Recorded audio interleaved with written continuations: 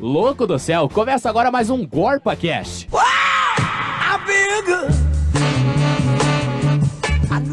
Oi pessoal, tudo bom? Começa agora mais um GorpaCast de política e hoje nós vamos falar sobre movimentos sociais. Estou aqui com Laura Rodrigues. Olá. E nossos convidados, Victor Andrei. Olá pessoal, tudo bem? André Frutuoso. Oi. E Pablo Axen. Olá. Isso aí. Gente, vamos falar sobre movimentos sociais. Ele tá animado. Ele gosta muito de falar de política. Não, vai, continua. Enfim, vamos falar sobre movimentos sociais, que a gente sabe que é um assunto bem bacana e que envolve, sim, política. Estamos nas últimas semanas fazendo giros, mas hoje a gente resolveu falar sobre este... A gente cansou de girar. Exatamente, a gente cansou. Enfim, vamos lá. Gente, movimentos sociais. O que vocês entendem por movimentos sociais? Vou dar um de Matheus e vou entrevistar vocês hoje. Muito bom. André? Então, movimento social é tipo essa reunião de pessoas, eu ia falar essa movimentação de pessoas. Essa movimentação que a gente tem na sociedade. Essa mobilização de pessoas que defendem, que defendem uma mesma causa social. Acho que seria isso, em suma, um movimento social. É um coletivo, né? Um coletivo que tem o mesmo ideal e que luta, tecnicamente, por este ideal. Concordo com o André. Exatamente. E os movimentos sociais no Brasil, eles não são algo muito recente. A gente acha que o movimento social ele começa agora 90 pra cá, mas na verdade o movimento social ele tá aí desde a consolidação do Brasil. A gente tem como exemplo a Guerra de Canudos. É um exemplo de movimento social, né? Antigo. Teve várias, né? Várias batalhas no Brasil. A galera gosta de falar bastante da Farroupilha, porque, sei lá, Sul a galera gosta muito do Sul. Mas tem a de Canudos, tem a dos Balaios. Dos Balaios, do Sabe Nada, entendeu? A gente tem várias revoltas dentro do Brasil e o que é mais legal é que esses movimentos sociais antigos e que eles originaram manifestações, eles fundaram, assim, alguns ídolos, tipo o Duque de Caxias, que a gente acha que toda cidade no Brasil tem algum lugar chamado Duque de Caxias e, na verdade, cara, não foi tão legal assim, né? É aquela coisa que a gente tem um professor que fala isso, né? Quem vira herói não é necessariamente quem é a pessoa boa, e sim quem ganhou a batalha, né? Esse exemplo de Duque de Caxias é o mesmo exemplo, por exemplo, eu estudei num colégio, que o nome do colégio é Arthur da Costa e Silva. Exatamente, militares. Pesado, né? Então. Gente, pesadaço. Então, por exemplo, não foi uma pessoa boa. E lá na minha cidade também tem um colégio super famoso, que é o Colégio Presidente Castelo Branco. Pois é, tem uma avenida. Tem uma avenida, Tem uma avenida. Em todos os lugares, tem, né? aliás, tem uma avenida Tem tipo Castelo uma Branco. estrada, não é? Tem, indo pra São Paulo, passa por São Paulo, a Castelo verdade. Branco. Exatamente. E é legal falar de ditadura, porque durante a ditadura que a gente teve uma das maiores mobilizações sociais, populares, da história do Brasil, que foi o movimento contra a ditadura, que era dos estudantes, né? Inclusive, também foi um dos momentos em que movimentos sociais foram mais reprimidos. Exatamente. Aí Na verdade, o movimento social ele é sempre reprimido de alguma forma, né? Tipo, Acho que a característica, né, de movimento social. Exatamente. Ele surge pra lutar contra uma repressão que é aquela história do ovo ou da galinha. Quem veio primeiro? O movimento social ou a repressão? A repressão, eu acho. É a mesma história dos dois lados da moeda, né? Então, você tem alguém defendendo ou alguém contra aquele por exemplo, aquele assunto ou aquele acontecimento, como, por exemplo, ditadura, que todo mundo era contra a ditadura, também tinha o outro lado da moeda, que tinha gente a favor e tinha gente que era totalmente contra os movimentos sociais, os movimentos estudantis na época. E isso não muda com o tempo. Sempre vai ter o pessoal contra e sempre vai ter aquele pessoal que vai reprimir quem é de movimento social. É uma coisa muito evidente hoje no mundo. Mas é que assim, tipo, a gente não é que nunca vai mudar esse sistema que você falou. Na minha opinião, é que sempre vai ter quem queira oprimir. Sempre vai ter, tipo, isso de ter uma classe que tenta se sobressair a outra é histórico, mano. Você tem isso desde o começo dos tempos, tá ligado? Tipo, desde o começo dos tempos, em todas as civilizações você consegue achar isso, entendeu? Então eu acho que os movimentos sociais, eles têm como obrigação sempre existirem. É que assim, eu acredito que todo mundo se encaixa em uma forma de movimento social. Por exemplo, quando a gente tem movimentos sociais, a gente fala em movimentos sociais como algo contra o governo, mas existem movimentos sociais contra uma classe dominante. Não. Por exemplo, o feminismo. O feminismo é um movimento social muito forte, que tem várias vertentes, e que é contra o quê? Que ele luta contra o patriarcado, né? Que busca a igualdade de gênero. Então, assim, existem movimentos sociais também à parte. O movimento negro. O movimento negro, o movimento LGBT. Essa tem diversos outros movimentos, tipo, e que eles não necessariamente se relacionam com o governo. Óbvio que em algum ponto todos eles chegam ao governo. Todos eles têm uma ligação em relação tem uma relação combatente contra o governo, mas... Porque, no geral, ele visa isso, né? É o debate político, né? Através de uma política desenvolvida por aquele movimento que ele vai embater aquilo. Não necessariamente seja política contra o governo e tal, mas... Não, eu ia comentar até, porque essa questão de movimento não é um movimento social. Pode-se dizer um movimento social, a gente entende num lado histórico assim que ele existe desde o tempo, por exemplo, de Martinho Lutero. Por exemplo, que Martinho Lutero era contra toda coisa que era acontecida na Igreja Católica, então, ou seja, ele estava contra toda a corrupção, porque a Igreja Católica era muito ligada eu me esqueço. Ligado ao Papa? Não, enfim, só sei que a Igreja Católica até hoje é uma das igrejas mais, digamos, corruptas. Mas, sabe o que é legal em relação à Igreja Católica que eu lembrei agora? É porque eu não sei se na época da ditadura militar, que teve um plebiscito que começou a definir várias diretrizes, né? E foi nessa época que se fundou a Teologia da Libertação, que é uma forma de movimento social dentro da própria Igreja Católica, e que depois dessa Teologia da Libertação, ela dá início a movimentos sociais como o MST ou o MSTS. Então eu acho que isso é muito legal, porque o movimento, ele agrega assim, luta e ele vai originando outros. Hoje a gente tem um movimento do MST muito forte no Brasil, e começou na igreja. Eu queria apontar também uma ironia que, tipo, Martinho Lutero foi protestante, né? E daí... assim, literalmente, mas daí a gente tem o quê? A gente tem a criação de religiões protestantes que vêm... Calvinismo... que elas culminaram em diversas outras religiões. Uma delas é o que a gente conhece hoje como uma rival, entre aspas, do catolicismo. Os evangélicos? Os evangélicos. E, de certa forma... com a bancada que existe hoje no Brasil, pelo menos, a gente tem uma ironia formada, porque o que começou sendo um movimento contra a Igreja Católica acabou se tornando um movimento, em alguns aspectos, opressor dentro da nossa sociedade brasileira, com a bancada evangélica, certo? Que eu quero dizer agora. Sim, claro. E essa questão porque, como você falou, é uma total ironia aqui no Brasil. Por quê?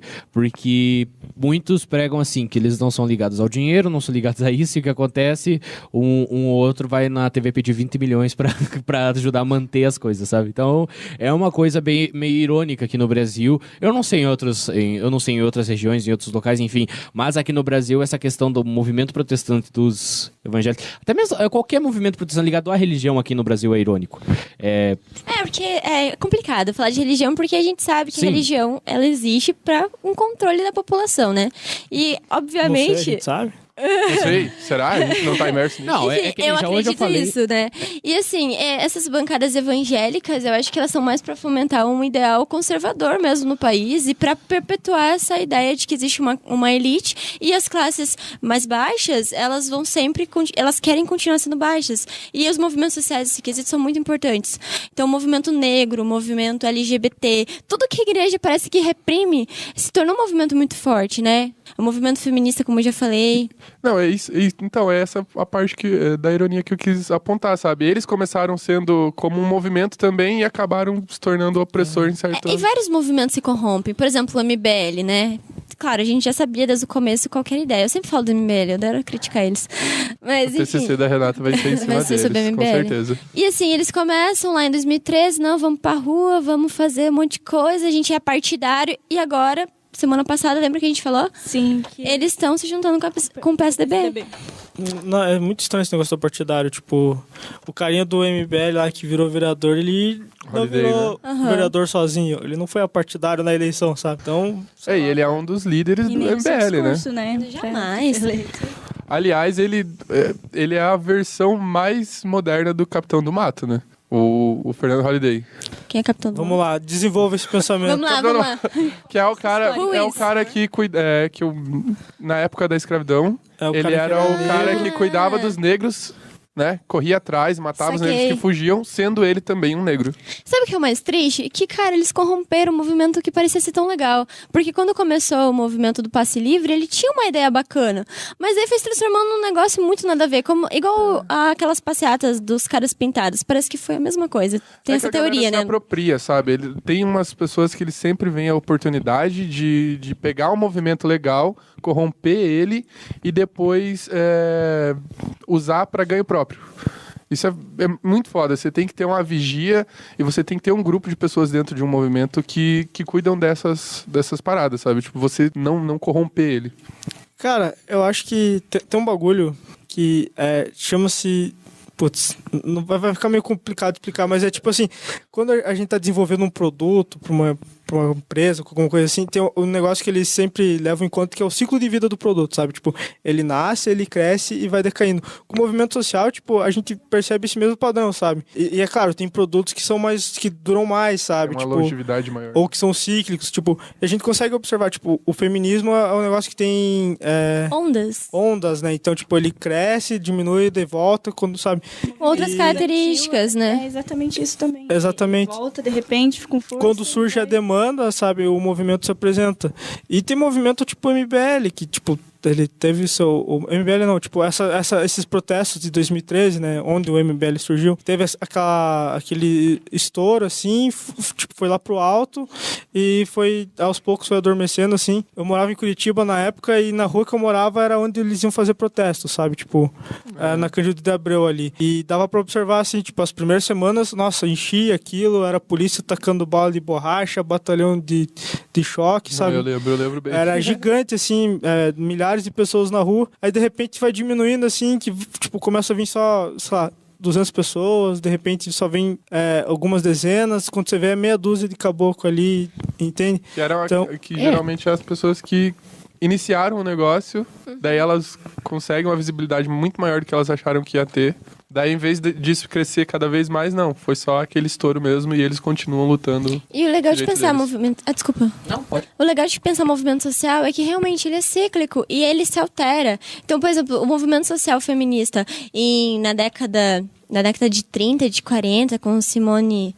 Eu esqueci o sobrenome dela. De Beauvoir. Isso. Era uma reivindicação, entende? Era por direitos civis. Daí a gente tem várias ondas. E agora, por exemplo, a gente vive uma coisa mais de assim... A gente vive um movimento feminista diferente, com outras características, com outra personalidade. A gente tem as redes sociais que influenciam muito nesse aspecto da diferença dos movimentos sociais. A própria militância nas redes sociais, o jornalismo que a gente chama, né, de resistência. É uma forma de movimento social. E essa história das redes sociais que ajuda, a gente pode pegar um exemplo, por exemplo, o impeachment do Collor, que foi um movimento que veio pra rua também, né, na década de 90, final da década de 80, que foi o seguinte: como que como que foi chamado muitas pessoas para ir pra rua? Por meio de ligações e por meio de cartas. Rede Globo. E por meio da Rede Globo. Foi bem midiático. Foi bem midiático. Mas hoje para você chamar, por exemplo, um pessoal para ir pra rua, para protestar, para falar que é contra tal coisa, é muito fácil. Hoje é só você fazer um post no Facebook, impulsionar a publicação. A Rede Globo é um exemplo, sei lá. Ela tem fases também, ela é cíclica igual aos movimentos. Uma hora ela tá criticando ali, né? É ruim, é horrível e tal. Interesses dela, aí de repente aquele movimento vira algo bom, vamos pra rua. Aconteceu isso com o próprio movimento Vem Pra Rua, né? Eles começam ali com uma cobertura bem estranha e de repente aquele movimento é ótimo, vamos todo mundo pra rua, a Dilma tem que cair e tal. É que foi legal porque, tipo, assim, legal do ponto de vista de analisar, né? Não que tenha sido legal a atitude deles, mas foi legal você ver realmente essa forma que você falou. Como eles trataram no começo os primeiros movimentos e depois como eles, quando a elite veio pra protestar, eles darem cobertura total, sabe? O discurso foi totalmente outro. Eles mudaram. Eu acho que o dos Caras Pintadas foi a mesma coisa. Foi aquele reacender o movimento estudantil ali, mas eles foram uma massa de manobra ali. Foi escancarado isso pela mídia naquela época. Mas o que eu mais gosto do protesto é a dancinha do impeachment. Que eu gosto. bala de borracha. Gosto de bala de borracha. Gente, só pra finalizar, tem uma coisa que eu acho assim, muito interessante nos movimentos sociais, é a questão, por exemplo, que eu acho assim, muito importante, que eu acho que deveria ser muito mais debatido dentro da universidade, é o movimento negro. A gente vive um período de que todo mundo fica falando que não existe racismo, de que a gente já superou isso, e quando a gente para pra pensar e olha uma sala de jornalismo, uma sala de administração, uma sala de contabilidade, não tem um aluno negro. Cara, no nosso estúdio não tem aluno negro. E isso, assim, não tem como falar como a universidade ou como a sociedade é mais segregadora quando a gente olha no espaço público e não tem uma pessoa negra. Sendo que 50 e tantos por cento 54% da população brasileira se declara, ela é negra ou parda. E eu achei um dado bem legal em partes, né? Mas nas comunidades, as favelas. É legal como um dado, né? Novamente, uma análise. Uma análise. Eles movimentam cerca de 68 bilhões de reais. E os caras, eles não têm acesso, mal têm acesso, sim, a serviços básicos, né? E um congresso que ele é branco, ele não tem uma representação assim, algo que represente de verdade o movimento negro, que seja. A gente não vê alguém que defenda essa bandeira. Que é negro é um cara que tem visibilidade gigantesca, que é o Fernando Holliday. Ele é contra, por exemplo, cotas, tá ligado? Ele é um cara que, tipo, é contra pautas importantíssimas do movimento negro, sabe? Óbvio, eu não posso ficar falando muito, mas dá uma vontade Cara, sabe, enquanto não tem alguém na universidade que defenda isso, se a gente não defender, ninguém vai fazer. Isso que é pesado. Isso aí. Acho que deu. Então é isso aí, pessoal. Queria agradecer a participação de todo mundo. O programa de hoje rendeu. E isso aí, muito obrigada. Gente... Tchau. Muito obrigado pelo convite. É sempre bom conversar sobre pausa para sociais. o abraço do André, que é sempre bem esperado. Eu gostaria de mandar um carinhoso e efusivo abraço ao amigo ouvinte. O abraço do André Obrigado por estarem aqui. O abraço do André é mais esperado que o Roberto Carlos no fim do ano, né? Real. Um abraço a todos os ouvintes e curta a nossa página no Facebook, facebook.com/agorpacast. Tchau. Tchau.